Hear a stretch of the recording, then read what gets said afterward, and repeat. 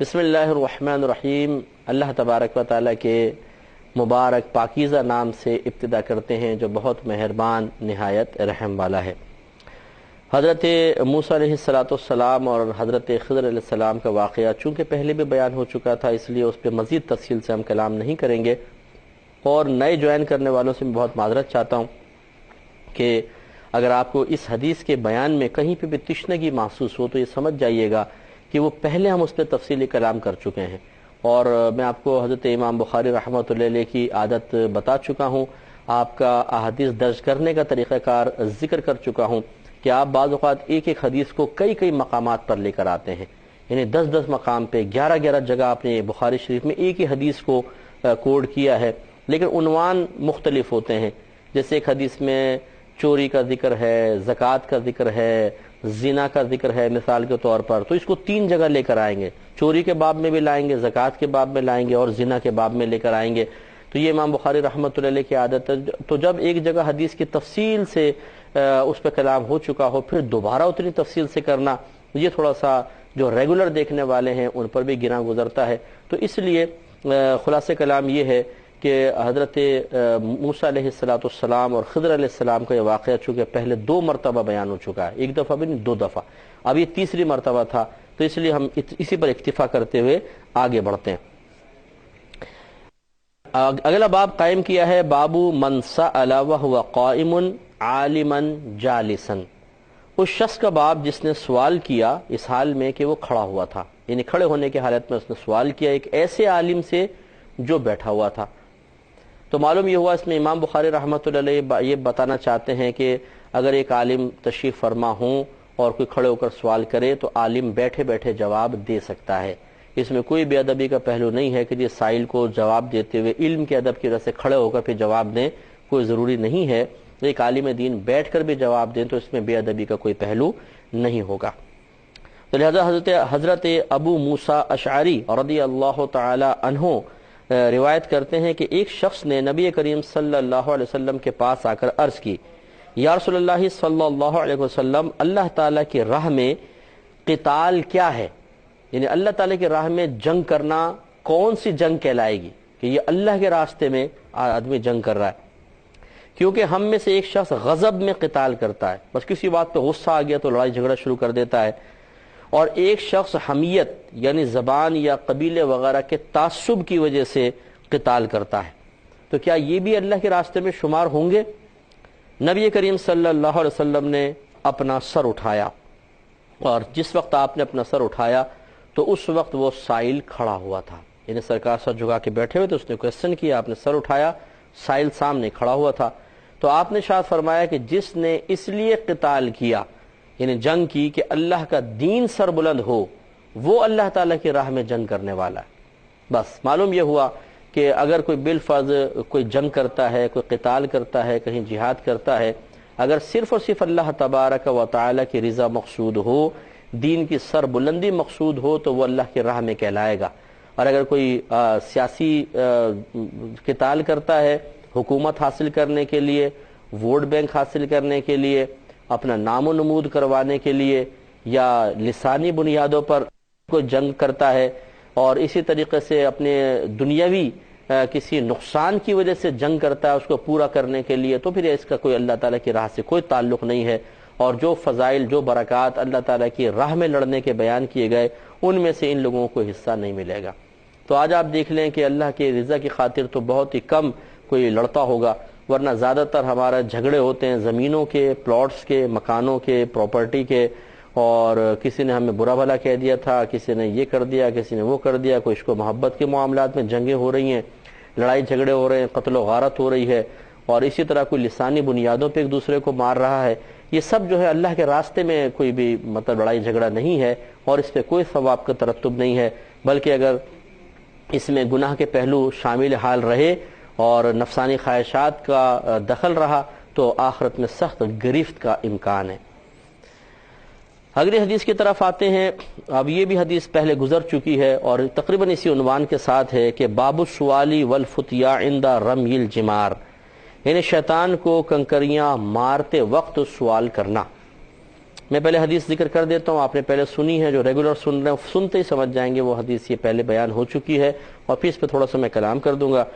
حضرت عبداللہ بن عمرو رضی اللہ تعالی عنہ کہتے ہیں کہ میں نے نبی کریم صلی اللہ علیہ وسلم کو جمرہ کے پاس دیکھا۔ جمرہ سے مراد وہ جو شیطان ہیں، 3 شیطان ہیں، ان کو جمرات کہتے ہیں، تو جمرہ کے پاس دیکھا، آپ سے سوال کیا جا رہا تھا۔ ایک شخص نے عرض کیا رسول اللہ صلی اللہ علیہ وسلم میں نے کنکریاں مارنے سے پہلے ذبح کر لیا ہے، یعنی پہلے قربانی کر لی ہے پھر کنکری ماری ہیں۔ آپ نے فرمایا اب کنکریاں مار لو، کوئی حرج نہیں۔ دوسرے نے عرض کیا رسول اللہ صلی اللہ علیہ وسلم میں نے نہر کرنے سے پہلے، قربانی کرنے سے پہلے سر مونڈ لیا ہے۔ آپ نے فرمایا اب نہر کر لو، کوئی حرج نہیں۔ آپ سے جس چیز کے بھی مقدم یا مؤخر کرنے کے بارے میں، آگے کرنے پیچھے کرنے کے بارے میں سوال کیا گیا، آپ نے فرمایا اب کر لو، کوئی حرج نہیں۔ تو اس پہ پہلے کلام گزر چکا ہے کہ ہمارے احناف کے نزدیک صحیح احادیث مبارکہ کی روشنی میں مینا میں ترتیب پہلے دن 10 ذوالحجہ کو ترتیب فرض ہے۔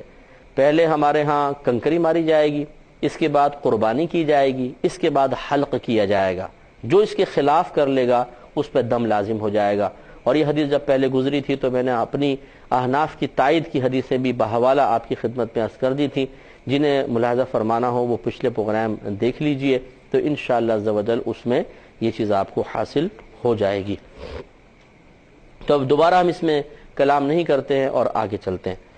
اگلا باب قائم کرتے ہیں کہ اچھا یہ میں عرض کر دوں کہ جب سرکار نے، چلے تھوڑی سی بات میں اس میں کہہ دیتا ہوں، سرکار نے فرمایا کوئی حرج نہیں ہے تم اب کر لو، تو اس میں تو بظاہر ایسا لگتا ہے کہ سرکار نے ترتیب کو ساقط کیا ہے۔ تو احناف اس میں تعویل یہ کرتے ہیں کہ اصل میں سرکار یہ فرما رہے ہیں کہ تم نے پہلے نہیں کیا،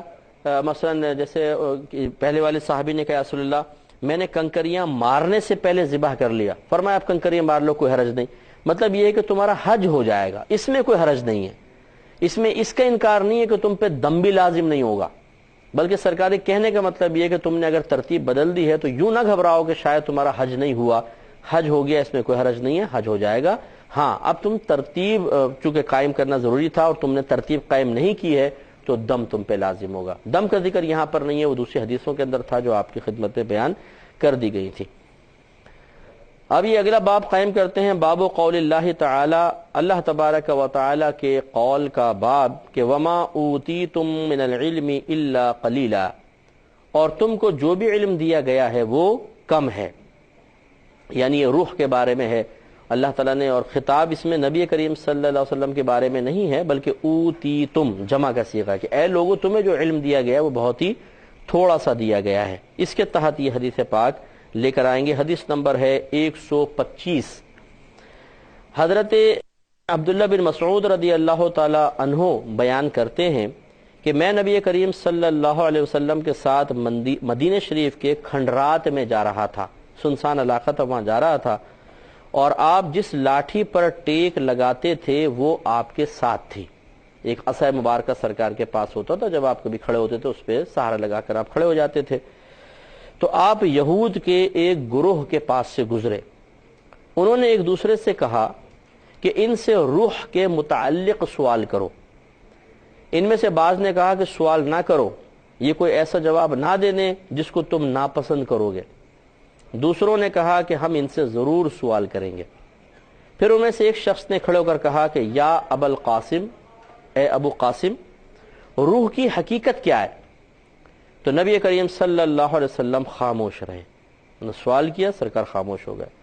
عبداللہ بن مسعود رضی اللہ تعالیٰ عنہ کہتے ہیں کہ میں نے کہا، یعنی میں نے اپنے دل میں کہا کہ آپ کی طرف وحی کی جا رہی ہے، یعنی میں نے ایسی کیفیات دیکھ لی کہ وہاں سوال ہوا، سرکار خاموش ہوئے اور آپ پہ وحی کی کیفیات نمودار ہوئیں۔ آپ کو یاد ہوگا شروع میں ہم نے بیان کیا تھا کہ جب سرکار صلی اللہ علیہ وسلم پر وحی نازل ہوتی تھی تو سخت سردی میں بھی آپ کی پیشانی مبارکہ سے پسینے بہنا شروع ہو جاتے تھے، اتنا روب تھا وحی کا اور اتنا دباؤ اور ثقل سرکار محسوس فرماتے تھے۔ تو یہ ثقل اور یہ بوجھ سا محسوس ہونے لگا۔ حضرت عبداللہ بن مسعود رضی اللہ تعالیٰ عنہ فرماتے میں سمجھ گیا کہ اس وقت سرکار پر وحی نازل ہو رہی ہے، پس میں کھڑا ہو گیا۔ جب آپ سے نزول وحی کی کیفیت دور ہو گئی تو آپ نے یہ آیت مبارکہ پڑھی، اور یہ لوگ، یہ آیت مبارکہ ہے کہ وَيَسْأَلُونَكَ عَنِ الرُّوحِ، اے حبیب کریم صلی اللہ علیہ وسلم یہ آپ سے روح کے متعلق سوال کرتے ہیں، قل الروح من امر ربی، آپ فرما دیجئے کہ روح تو میرے رب کے حکم سے ہے، وما اوتیتم من العلم الا قلیلا، اور تمہیں بہت تھوڑا سا علم دیا گیا ہے۔ سورہ بنی اسرائیل کی آیت نمبر 85 ہے، یہ 85 نمبر یہ حدیث یہ آیت مبارکہ ہے۔ تو اس کا ترجمہ، اور یہ لوگ آپ سے روح کے متعلق سوال کرتے ہیں، آپ کہہ دیجئے کہ روح میرے رب کے حکم سے ہے، اور تم کو جو بھی علم دیا گیا ہے وہ تھوڑا ہے۔ تو آپ غور فرمائیں کہ یہود جانتے تھے کہ توریت میں یہ بات لکھی ہے کہ یہ نبی کریم صلی اللہ علیہ وسلم کی نشانی پچھلی کتابوں میں لکھی تھی، اور ان کے ہاں سینہ بسینہ چلتی آ رہی تھی، اور یہ اس جگہ ذکر نہیں ہے، انشاءاللہ کبھی موقع دوسری جگہ آئے گا تو میں آپ کو اور نشاندہی کر دوں گا کہ یہود کے ہاں یہ مشہور تھا کہ جو آخری نبی آئے گا اگر اس سے روح کے بارے میں سوال کیا جائے گا وہ کبھی بھی روح کی حقیقت نہیں بیان کرے گا، بلکہ وہ اللہ کی طرف منسوب کر دے گا۔ تو لہٰذا اسی وجہ سے بعض نے جب کہا کہ ان سے روح کے بارے میں سوال کرتے ہیں، تو دوسرے بعض نے کیا کہا کہ ان سے سوال نہ کرو، ہو سکتا ہے یہ کوئی ایسا جواب دے جس کو تم ناپسند کرو، یعنی یہ تمہاری بالکل اسی سینہ بسینہ جو روایتیں چلتی آ رہی ہیں اس کے مطابق اگر جواب دے دیں گے تو پھر تمہیں بڑا برا فیل ہوگا کہ یار یہ تو واقعی وہ اللہ کے نبی ہیں اور تم ایمان لاؤ گے نہیں ان کے اوپر، تو پھر تمہیں زیادہ تکلیف ہوگی، تو اس لیے سوال ہی نہ کرو۔ لیکن بعض نے کہا کہ دیکھتے ہیں، ہم آزماتے ہیں کہ واقعی یہ جواب دیتے کہ نہیں دیتے، تو انہوں نے کویسچن کر لیا، اور نبی کریم صلی اللہ علیہ وسلم نے بعین ہی جیسا اللہ تبارک و تعالیٰ نے آپ کی نشانیوں کو پہلے بیان کیا ہوا تھا، اور ان میں وہ نشانیاں معروف تھیں کہ وہ آخر نبی سے جب کویسچن کیا جائے گا وہ کبھی بھی روح کی حقیقت کے بارے میں کلام نہیں فرمائیں گے۔ ایسے ہی ہوا کہ اللہ تعالیٰ نے آپ کو روح کی حقیقت سے ان کے بارے میں کلام کرنے سے منع فرما دیا۔ تو روح کیا چیز ہے یہ اللہ تعالیٰ بہتر جانتا ہے۔ اب یہ سوال پیدا ہوتا ہے کہ کیا نبی کریم صلی اللہ علیہ وسلم کو روح کا علم دیا گیا نہیں دیا گیا؟ تو اس میں علماء مختلف رہے ہیں۔ بعض نے کہا کہ نبی کریم صلی اللہ علیہ وسلم کو روح کا علم نہیں دیا گیا تھا، اور بہت سے اس طرف ہیں کہ آپ کو باقاعدہ علم دیا گیا تھا لیکن اس کو ظاہر کرنے کو منع کر دیا گیا تھا، اور یہی زیادہ انسب ہے کہ اللہ تبارک و تعالیٰ اپنے حبیب کریم صلی اللہ علیہ وسلم کو بڑی وسعت علمی سے نوازتا ہے اور نوازا ہے، تو اس کا روح کا علم چھپا کر اور آپ سے مخفی رکھ کر اس سے کیا مطلب کوئی کیا حکمت ہو سکتی ہے؟ تو اللہ تعالیٰ نے اپنے حبیب صلی اللہ علیہ وسلم کو ضرور علم دیا، اور یہ نہیں فرمایا، دیکھیں اس کی ایک دلیل یہ بھی ہے جو جواز کے قائل ہے کہ اللہ تعالیٰ یہ جواب میں فرما دیتا ہے حبیب آپ ان سے کہہ دیجئے کہ مجھے علم نہیں ہے، لیکن آپ نے جواب اللہ نے کیا جواب دلوایا؟ حبیب ان سے کہیے کہ روح میرے رب کے حکم سے ہے، یعنی میں نہیں بیان کرتا ہوں، مجھے بیان کرنا منع کیا گیا ہے، بس میں اتنا کہتا ہوں جو اللہ نے فرمایا کہ میرے رب کے حکم سے ہے۔ اللہ تعالیٰ فرماتا ہے ہو جا تو ہو گیا، بس یہ روح داخل ہو جاتی ہے جسم کے اندر، اللہ نے روح کو پیدا کیا ہے۔ اور یہ ایک چیلنج ہے قیامت تک کے لیے، اور ہمارے قرآن کی حقانیت کی، مذہب اسلام کی حقانیت کی دلیل ہے کہ سائنسدان سر جوڑ کر بیٹھے رہیں، قیامت تک کوئی روح کی حقیقت نہیں بیان کر سکتا، کتنا ہی یہ سر جوڑ کے بیٹھ جائیں، کتنی تحقیق کر لیں۔ یہ ہماری طرف سے بھی ایک چیلنج ہے، اور ہم کون ہوتے ہیں چیلنج کرنے والے؟ معمولی سے انسان ہیں، لیکن ہمیں اپنے قرآن پر اعتماد ہے کہ اللہ تبارک و تعالیٰ نے قرآن عظیم ایک سچی کتاب نازل فرمائی ہے۔ جو غیر مسلم بھی ہمارا اگر یہ بیان سن رہے ہیں وہ تھوڑا سا غور کرے کہ اللہ تعالیٰ نے چیلنج گویا کہ دے دیا ہے، ان کو بتا دیجئے کہ تمہیں بہت تھوڑا سا علم دیا گیا ہے، روح صرف میرے رب کے حکم سے، اس کی حقیقت کوئی بھی نہیں جان سکتا۔ تو قیامت تک کے سائنسدانوں کو گویا کہ اللہ تبارک و تعالیٰ چیلنج دے رہا ہے کہ بتاؤ روح کی حقیقت تلاش کر کے بتا دو، اگر جواب دے سکو تو یعنی تحقیق کر کر کے لوگ مر جائیں گے لیکن روح کی حقیقت تک نہیں پہنچ سکیں گے۔ ایسے ایسے تجربات کیے گئے ہیں کہ کسی طرح پتہ چل جائے کہ روح کیسی ہے، یعنی شیشے کے مرتبان کے اندر جاندار کو ڈال دیا گیا ہے حتیٰ کہ دم گھٹ کے وہ مر گیا، اور پھر اس کو واچ کیا گیا ہے مختلف کیمراز کے ساتھ کہ شاید کوئی چیز نکلتی بھی محسوس ہو، شاید کوئی کثیف سی چیز کو گرد و غبار ہی نظر آ جائے، لیکن کچھ پتہ نہیں چلتا۔ انسان باتیں کر رہا ہوتا ہے، پھر اس کو سر ڈھلک جاتا ہے، جسم سے روح نکل جاتی ہے، نکلتے ہوئے پتہ نہیں چلتی کہاں چلی گئی۔ ہاں یہ ضرور ہے کہ جب ہم مریں گے تو روح کو دیکھیں گے، دیکھنا اور ہے، رؤیت روح ایک الگ چیز ہے، اور اس کی حقیقت اور معرفت کا حصول ایک الگ چیز ہے۔ اللہ تعالیٰ معرفت سے منع فرما رہا ہے کہ اس کی حقیقت تک کوئی بھی نہیں پہنچ سکتا، وہ اللہ کے حکم سے ہے، رؤیت کا انکار نہیں ہے، تو لہٰذا مرنے کے بعد ہم بالکل روحوں کو دیکھیں گے، روح نظر آتی ہے۔ اسی لیے نبی کریم صلی اللہ علیہ وسلم نے ارشاد فرمایا کہ جب کسی شخص کا انتقال ہو تو اس کی آنکھوں کو آہستگی سے بند کر دیا کرو، اس لیے کہ مردے کی نگاہیں روح کا پیچھا کرتی ہیں، یعنی اس کی آنکھ جو کھلی رہتی ہے نا تو روح نکل رہی ہوتی ہے تو اس کی طرف مردہ نگاہ اٹھاتا ہے، تو اس لیے سرکار نے فرمایا کہ اس کی آنکھوں کو بند کر دیا جائے، تو روح باقاعدہ نظر آئے گی، ہمیں بھی نظر آئے گی، ہم اپنی جب ہم خود بلکہ جب انتقال ہوگا جسم تو نیچے پڑا ہوگا، اگر اللہ تبارک و تعالیٰ کی بارگاہ میں کوئی مقام حاصل ہوگا تو ہماری روح جائے گی آسمانوں کی طرف، ساتوں آسمان پار کر کے پھر عرش الہی کے نیچے سجدہ ریز ہوگی، یہ نیک روح کو سعادت عطا کی جاتی ہے۔ تو اس وقت جب ہم اوپر کو اٹھ رہے ہوں گے تو ہم اپنے آپ کو دیکھ رہے ہوں گے، ہم ایک روح کی شکل میں ہوں گے، جسم تو لوگوں کے درمیان پڑا ہوگا، تو یعنی گویا کہ روح کو دیکھا جائے گا، ارواح طیبات نظر آتی ہیں، ان کو دیکھ لیا جاتا ہے، لیکن اس کی حقیقت کے اوپر کلام ہے، اس کو اللہ نے منع فرمایا کہ کوئی اس کی حقیقت تک نہیں پہنچ سکتا۔ نبی کریم صلی اللہ علیہ وسلم کے بارے میں ہمارا حسن ظن یہی ہے کہ اللہ تبارک و تعالی نے آپ کو روح کا علم عطا فرمایا، لیکن آپ کو بھی بیان کرنے سے منع کر دیا، لہذا جب اللہ تعالیٰ بیان نہ فرمائے اور اس کے رسول جو سب سے بڑی سورس ہے ہمارے پاس چیزوں کی معرفت اور حقیقت کو جاننے کے سلسلے میں، اور آپ ہی نہ بیان کریں تو اس کا مطلب بس پھر کوئی اس کی حقیقت تک نہیں پہنچ سکتا، اور یہ چیلنج قرآن پاک نے قیامت تک کے سائنسدانوں کو دیا ہے، اگر وہ اس چیلنج کو ایکسیپٹ کرتے ہیں اور کر چکے ہیں، وہ کوشش کرتے رہتے ہیں کہ کسی طرح جان لیں، لیکن انشاءاللہ قیامت تک نہیں جان سکیں گے۔ آگے چلتے ہیں، اگلا باب امام بخاری رحمۃ اللہ علیہ نے قائم فرمایا کہ باب من ترک بعد الاختیار مخافۃ ان یقصر فہم بعض الناس عنہ فیقعوا فی اشد منہ، یعنی اس شخص کا باب جس نے بعض اختیاری چیزوں کو اس خوف سے ترک کر دیا کہ بعض لوگوں کی عقلیں اس کو سمجھنے سے قاصر ہوں گی تو وہ کسی بڑے شر میں مبتلا ہو جائیں گے۔ یہاں پہ وہ حدیث لے کر آ رہے ہیں، اور نبی کریم صلی اللہ علیہ وسلم کی ایک حدیث